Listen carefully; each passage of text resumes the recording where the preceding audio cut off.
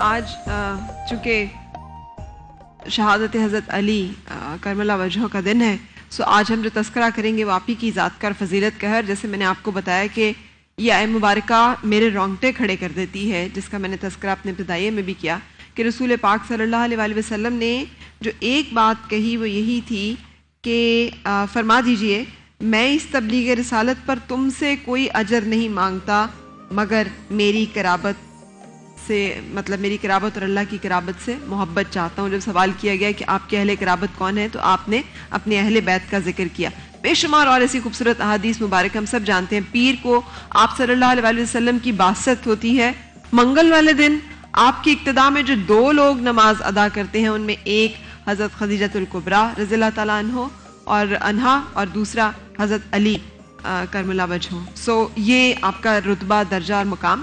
سو آج میں گفتگو جو کرنے والی ہوں وہ شروع کروں گی یہاں سے.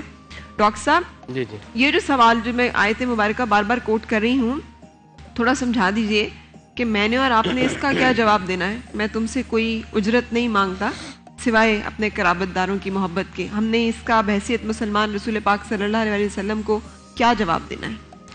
بسم اللہ الرحمن الرحیم. اگر اس آیہ مبارکہ پر غور کریں، یہ قرآن میں ایک جگہ نہیں، بار بار قرآن میں کئی مقام پر یہ بار بار دہرایا گیا ہے. تو اس میں اگر کوئی یہ کہے کہ رسول مکرم صلی اللہ علیہ وسلم نے کہا نہیں، ایسا ہی لفظ قل کے ذریعے اللہ تبارک و تعالی حکم ادا فرما رہا ہے. اے نبی آپ کہہ دیجئے لا اسألکم، میں تم سے کچھ نہیں مانگتا. قل لا اسألکم علیہ اجرا، کوئی اجر نہیں مانگتا، الا المودۃ فی القربى، سوائے اس کے کہ اپنے قرابت داروں کی، اہل بیت اطہار کی محبت تم سے مانگتا ہوں. لہذا یہ قیامت تک کے مسلمانوں کے سامنے یہ آیہ مبارکہ ہے اور یقیناً یہ ہمیں بار بار بلا رہی ہے کہ اہل بیت اطہار سے ہم نے محبت کرنی ہے اور جو ان سے رشتہ ہمارا قائم ہونا چاہیے وہ ایسا ہی قائم ہونا چاہیے کہ جیسے آقا کریم علیہ الصلوۃ والتسلیم میں حکم دیا ہے. چنانچہ میں دیکھتا ہوں صحابہ کرام رضوان اللہ تعالی علیہم اجمعین جب مدینہ منورہ میں مسلمان آئے تو حلیف بھی تھے، حریف بھی تھے، مومن بھی تھے، منافق بھی تھے. پتہ نہیں چلتا تھا کہ سچا مسلمان کون ہے. تو صحابہ کرام رضوان اللہ تعالی علیہم اجمعین بیان کرتے ہیں کہ ہم جب علی کا نام لیتے تھے پہچان یہ تھی کہ اگر کسی کی ماتھے پر شکن آ جائے اور کسی کے پیٹ میں مرور پڑ جائے، آپ صلی اللہ علیہ وسلم کی حدیث مبارکہ تھی نا کہ علی تم سے سوائے منافق کے کوئی بغض نہیں رکھے گا اور سوائے مومن کے کوئی محبت نہیں رکھے گا. اور جس کا چہرہ علی کا ذکر سن کر کھل جائے اس کا مطلب ہے وہ صاحب ایمان ہے. تو ہر دور میں یہی ایک کسوٹی رہی ہے ایمان کو پرکھنے کی. اور یقیناً یہ ختمی مرتبہ صلی اللہ علیہ وسلم کا فرمان ہے. اگر آپ صاحبان کی اجازت ہو تو میں تحت اللفظ میں مولا علی کی شان بیان کرنا چاہتا ہوں، لیکن کچھ وقت چاہیے ہوگا اس کے لیے. ماشاءاللہ ماشاءاللہ ڈاکٹر صاحب لیجئے بالکل ماشاءاللہ. کہ یہ ذات تو ایسی ذات ہے کہ ان کا جب ذکر کرتے ہیں تو زبانیں پاک ہوتی ہیں، دلوں کے زنگ دھل جاتے ہیں، عرفان کی کلیاں مہکتی ہیں اور ایمان کے پھول کھلتے ہیں. اور ہمارے نبی نے بتایا، احادیث نبوی نے بتایا کہ وہ ہیں میدان شجاعت و شہامت کے شہسوار، میدان شجاعت و شہامت کے شہسوار، اقلیم ولایت کے تاجدار، عبادت و ریاضت میں کل مؤمنین کے سرکار، رسول خدا کے غمخوار، نسل محمد مصطفیٰ کے امانت دار، اور مخدومہ کائنات فاطمہ الزہرا کے رفیق کار، جن کے شہزادے ہیں جنت کے نوجوانوں کے سردار. گویا دنیا و عقبہ ہر جگہ ہے انہی کا اقتدار. دنیا و عقبہ ہر جگہ ہے انہی کا اقتدار. اللہ اللہ، ان سے محبت کرنا ہے ایمان کا اظہار. بالکل ان سے محبت کرنا ہے ایمان کا اظہار، ان سے بغض رکھنا ہے نفاق و انتشار. اور مجھے کہنے دیجئے کہ یہی تو ہے طریقہ کفار. بالکل یہی تو ہے طریقہ کفار.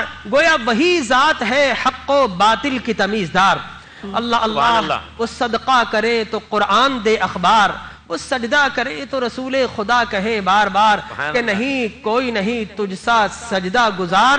ان کا انداز ہے بڑا پروقار، ان کے الفاظ ہے گوہر بار، ان کا سخن ہے خوش گفتار، اور انہی پر تو اتری ہے آیت اطہار. آیت اطہار، انہی پہ اتری ہے آیت اطہار، جن کا لقب ہے حیدر کرار، جن کی تلوار ہے ذوالفقار. شاہ مرداں شیر یزداں قوت پروردگار لا فتح الا علی لا سیف الا ذوالفقار. وہ ذات کہ جس کا مولود ہوا خانہ خدا، وہ ذات کہ جس کا مولود ہوا خانہ خدا، جس کو نام ملا بإلہام خدا، جس کو نام ملا بإلہام خدا، اور جن کی پرورش ہوئی آغوش رسول خدا، جن کی پرورش ہوئی آغوش رسول خدا. اللہ اللہ وہ آنکھ اس وقت کھولے کہ جب سامنے ہو رخ مصطفیٰ، وہ آنکھ اس وقت کھولے کہ جب سامنے ہو رخ مصطفیٰ، اور منہ اس وقت کھلے کہ جب ہو ذائقہ لعاب دہن مصطفیٰ، جب ہو ذائقہ لعاب دہن مصطفیٰ. وہ برادر مصطفیٰ بھی ہیں، وہ برادر مثل موسیٰ بھی ہیں، وہ برادر مصطفیٰ بھی ہیں، وہ برادر مصطفیٰ بھی ہیں، وہ برادر مثل موسیٰ بھی ہیں، وہ مظہر کمالات نبوت بھی ہیں، وہ مظہر کمالات نبوت بھی ہیں، اور وہ منبع قاسم ولایت بھی ہیں، وہ باب علم و حکمت بھی ہیں، وہ نور رشد و ہدایت بھی ہیں، وہ نور رشد و ہدایت بھی ہیں، وہ محبوب رب العلا بھی ہیں، اور وہ کل مومنوں کے مولا بھی ہیں. سبحان اللہ سبحان اللہ.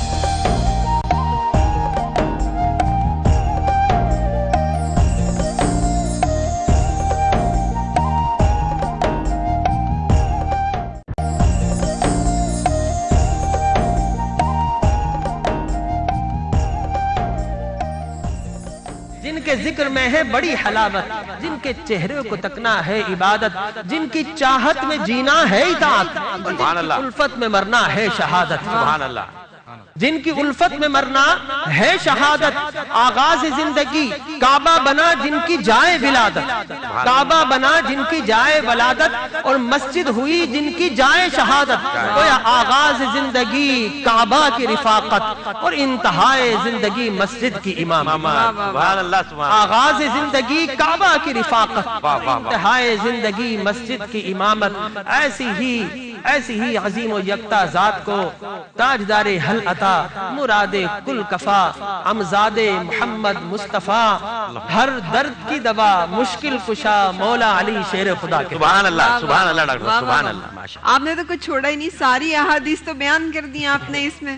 ہماری لیے بہت احادیث ہے، بہت احادیث ہے. نہیں کچھ بچا ہی حضرت علی نہیں. کی شان میں من آتا علی جن فقد آتا اللہ، ومن عصا علی جن فقد عصا اللہ. سبحان اللہ. جس نے علی کی اطاعت کی اس نے میری اطاعت کی، جس نے علی کی نافرمانی کی اس نے میری نافرمانی کی. اور آپ نے فرمایا کہ القرآن مع علی وعلی مع القرآن ولا یفرقان حتی یرد علی الحوض، کہ قرآن علی کے ساتھ رہے گا اور علی قرآن کے ساتھ رہے گا، یہ جدا نہیں رہیں گے یہاں تک کہ قرآن اور علی حوض کوثر پر آ کر مجھ سے مل جائیں گے. سبحان اللہ سبحان اللہ. بالکل. سبحان حدیث ہے، ابھی آپ سنتی جائیں گی تو نہیں میں تو امام شافعی کے اس قول میں، مجھ سے اکثر لوگ پوچھتے ہیں آپ کا مسلک کیا ہے، تو میں انہیں کہتی ہوں مجھے نہیں پتا یہ مسلک کیا ہوتے ہیں، میں ان کو نہیں مانتی. میں امام شافعی کے اس قول کو بہت مانتی ہوں کہ اگر اہل بیت سے محبت رکھنا شیعت ہے تو آپ شیعی کہہ لیجئے. محبت جو ہے وہ ہم، اور یہ آیہ مبارکہ اور آپ سے رسول اللہ صلی اللہ علیہ وسلم کا یہ حکم بہت کافی ہے. ایک ہی حق مانگتا ہوں تم سے رسالت کا کہ میرے اہل قرابت سے مودت رکھنا، تو وہ حق ہمارے ذمہ واجب ہے، بحیثیت مسلمان ہمارے ذمہ واجب العطا ہے. یہ بات تو سرکار نے کہہ کر سب کچھ ختم کر دیا. علی جو منی وَأَنَا مِنَ الْعَلِي، بالکل کہ علی مجھ سے ہے میں علی سے ہوں. بالکل. اس سے بڑی اور کیا ڈگری چاہیے ایمان کی؟ بالکل. کہ سرکار کائنات صلی اللہ علیہ وسلم نے علی کے متعلق کیا کہا؟ وَفَمَا أَنَا مَدِينَةُ الْعِلْمِ وَعَلِيٌّ بَابُهَا. سبحان اللہ. انا مدینۃ العلم وعلی بابها، انا دار الحکمت وعلی بابها. سبحان اللہ سبحان اللہ. ويعلمهم الكتاب والحکمہ، حضور کی شان کیا ہے کہ معلم کتاب بھی ہیں اور حکمت و دانائی کے پیکر بھی ہیں. تو آپ نے علم بھی عطا فرمایا، علی کو حکمت بھی عطا فرمائی. سبحان اللہ. اچھا علامہ صاحب تھوڑی سی گفتگو کو آگے بڑھاتے ہیں. مطلب حضرت علی کرم اللہ وجہ جیسے بیان فرمایا کہ ایک تو ولادت ایک بہت ہی معجزاتاً، ہم نے کسی اور ہستی کا خانہ کعبہ میں ولادت کا نہیں سنا جو آپ کو اللہ تعالیٰ نے یہ ایک شرف شروع سے ہی. پھر رسول پاک صلی اللہ علیہ وسلم کا لعاب دہن، آپ کی پہلی وہ جسے کہتے ہیں خوراک کہہ لیں. پھر آپ کی آنکھیں کھلتی ہیں تو رسول پاک صلی اللہ علیہ وسلم کی گود میں 3 دن تک آنکھ ہی نہیں کھلتی جب تک آپ کی گود میں نہیں آتے. نام رکھا جاتا ہے تو حضرت رسول پاک صلی اللہ علیہ وسلم سے، اور پھر جو جیسے آپ نے کہا الہام الہی سے، اور پھر اس کے بعد 6 سال کی عمر میں رسول پاک صلی اللہ علیہ وسلم کی زیر تربیت سے پہلے پیدائشی مسلمان کہہ سکتے ہیں ہم، پہلی وہ شخصیت جس نے کفر اور کلمہ کفر میں کوئی وقت گزارا ہی نہیں. ان کی زندگی کی آغاز ہی ایک ایسی رسالت کی گود میں ہو رہا ہے، رسول پاک صلی اللہ علیہ وسلم کی گود میں ہو رہا ہے. تو کچھ اور ان کے بارے میں اور فضیلت جس کا تذکرہ اوائل عمر، کم سنی، شاب ابی طالب کے مسائل، کفار کے مظالم، رسول پاک صلی اللہ علیہ وسلم کی تربیت، کچھ اس کے بارے میں ہم جاننا چاہیں گے. وہ جو کردار ہمارے سامنے آتا ہے حضرت علی کرم اللہ وجہہ کا، وہ اس کی بنیاد کیسے ڈلی ہے اور کیسے یہ عمارت تعمیر ہوئی؟ اعوذ باللہ من الشیطان اللعین الرجیم، بسم اللہ الرحمن الرحیم. اللہم صلی علی محمد وآل محمد وعجل فرجہم اللہ لعنت اللہ قتل امیل المومنین. آج وہ رات ہے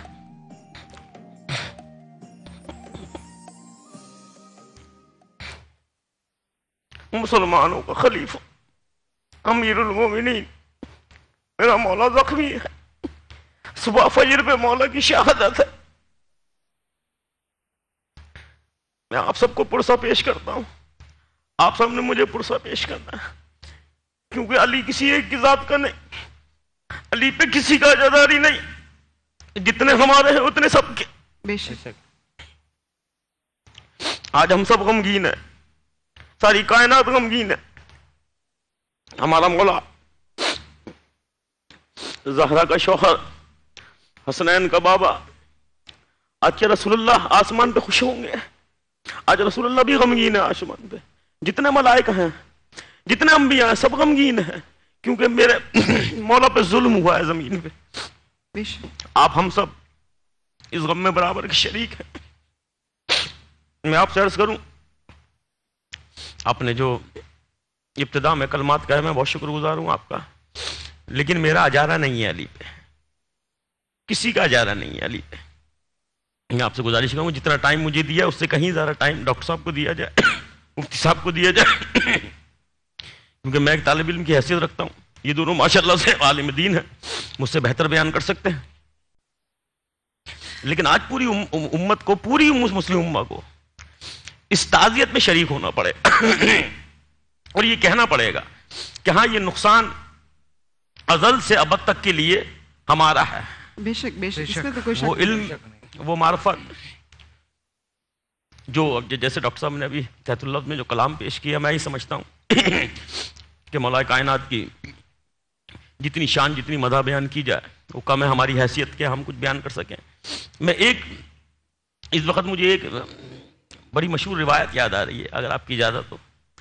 جناب امام حسن مجتبیٰ کو بی بی زہرا سلام اللہ علیہ نے یہ بتایا کہ بیٹا جب تم چھوٹے تھے تو تمہیں میں پالنے میں لٹا دیا کرتی تھی، اور میں چکی پیستی تھی اور ڈوری سے تمہارا پالنا ہلاتی رہتی تھی، تو کبھی کبھی میری آنکھ لگ جاتی تھی.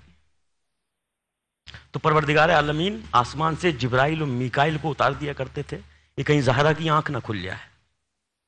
وہ آپ کا جھولا جھلایا کرتے تھے. جناب حسن مجتبیٰ علیہ السلام بڑے خوش ہوئے کہ اماں ہماری یہ فضیلت. بولا ہاں بیٹا یہ آپ کی فضیلت ہے. آپ بھاگتے ہوئے پہنچتے ہیں رسول اللہ اپنے اصحاب کے درمیان بیٹھے ہیں. امام حسن بھاگتے ہوئے گئے، جا کے نانا کی گود میں بیٹھ گئے. نانا نے چوما. جب گفتگو ختم کی اس کے بعد مولا حسن پوچھتے ہیں کہ نانا اماں نے بتایا ہے کہ ہماری یہ فضیلت ہے، ہمارا جھولا جو ہے وہ جبرائیل میکائیل جھلایا کرتے تھے.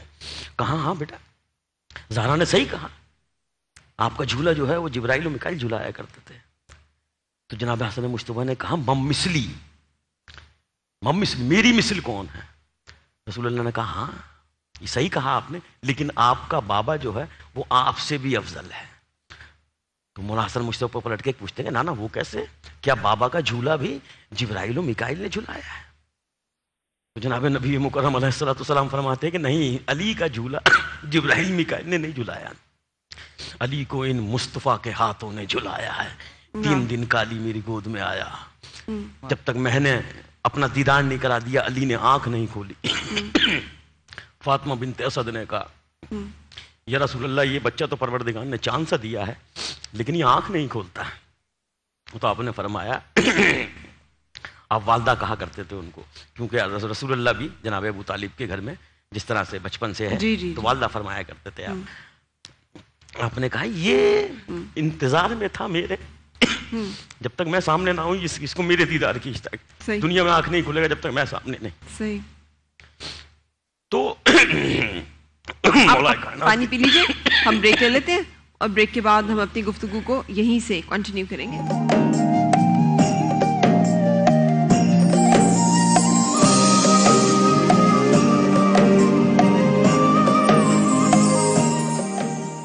علی کا نام میری زندگی ہے، علی کا نام میری زندگی ہے، علی کا نام میری بندگی ہے، علی کا نام میری زندگی ہے. اسے کعبہ کہوں یا جان کعبہ، اسے کعبہ کہوں یا جان کعبہ، ولادت جس کی کعبہ میں ہوئی ہے، ولادت جس کی کعبہ میں ہوئی ہے، علی کا نام میری زندگی ہے. اور علی کا ہے گھرانہ، وہ گھرانہ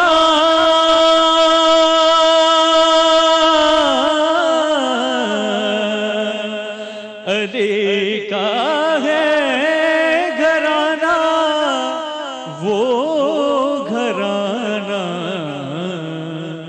سخاوت کی رسم جن سے چلی ہے، سخاوت کی رسم جن سے چلی ہے، علی کا پیار میری بندگی ہے، علی کا نام میری زندگی ہے.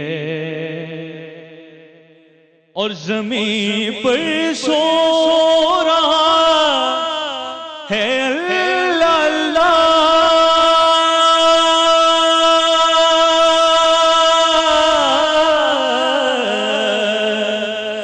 زمین پر سو رہا ہے اللہ اللہ، جہاں والوں علی آخر علی ہے، جہاں والوں علی آخر علی ہے، علی کا پیار میری زندگی ہے، علی کا نام میری بندگی ہے.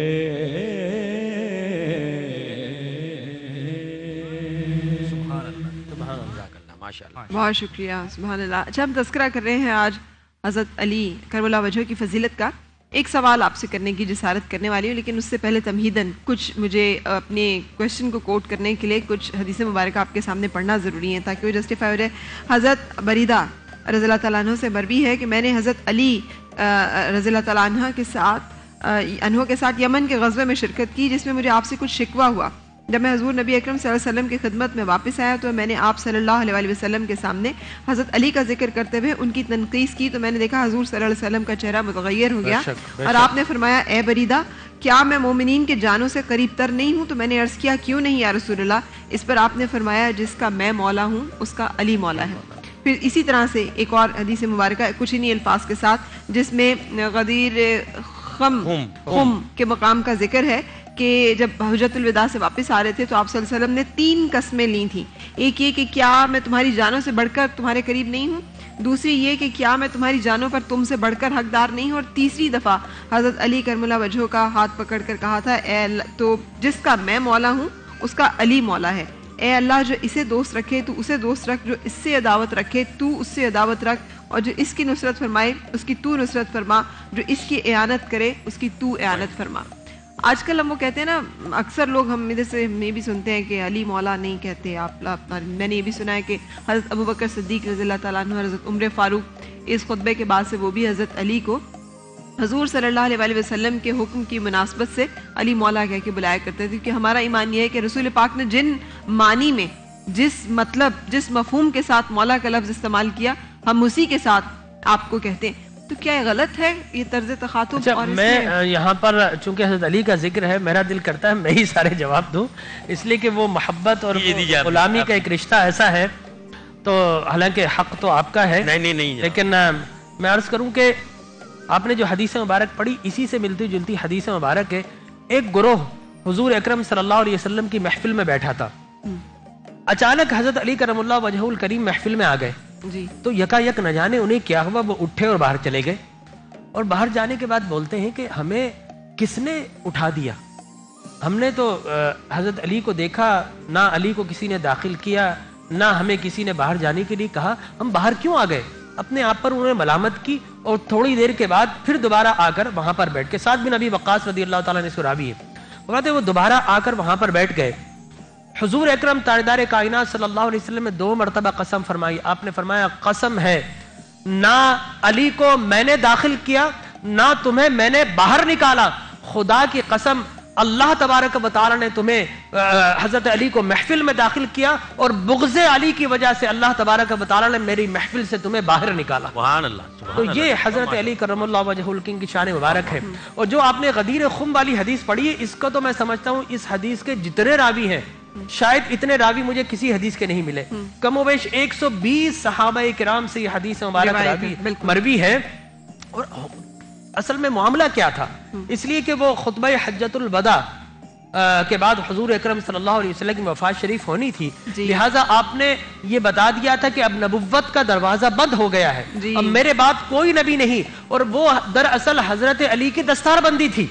حضور اکرم صلی اللہ علیہ وسلم نے ان کا ہاتھ کھڑا کیا اور بتایا کہ آج کے بعد نبی نہیں ہوگا, اب ولایت شروع ہوگی, اور ولایت کا دروازہ منبع اگر کسی کو بنایا ہے تو حضور اکرم صلی اللہ علیہ وسلم نے پگڑی پہنا کر غدیر خم کے موقع پر حضرت علی کو بنایا ہے. بتا دیا اب نبوت نہیں چلے گی, ولایت چلے گی, اور ولایت کا منبع, مادن, مخرج اور مصدر اگر کسی کو بنایا حضور اکرم صلی اللہ علیہ وسلم نے حضرت علی کو بنایا. لہٰذا ہم یہ کہتے ہیں وہ ولی ہی نہیں ہے کہ جس کے سینے میں علی کی محبت نہ ہو.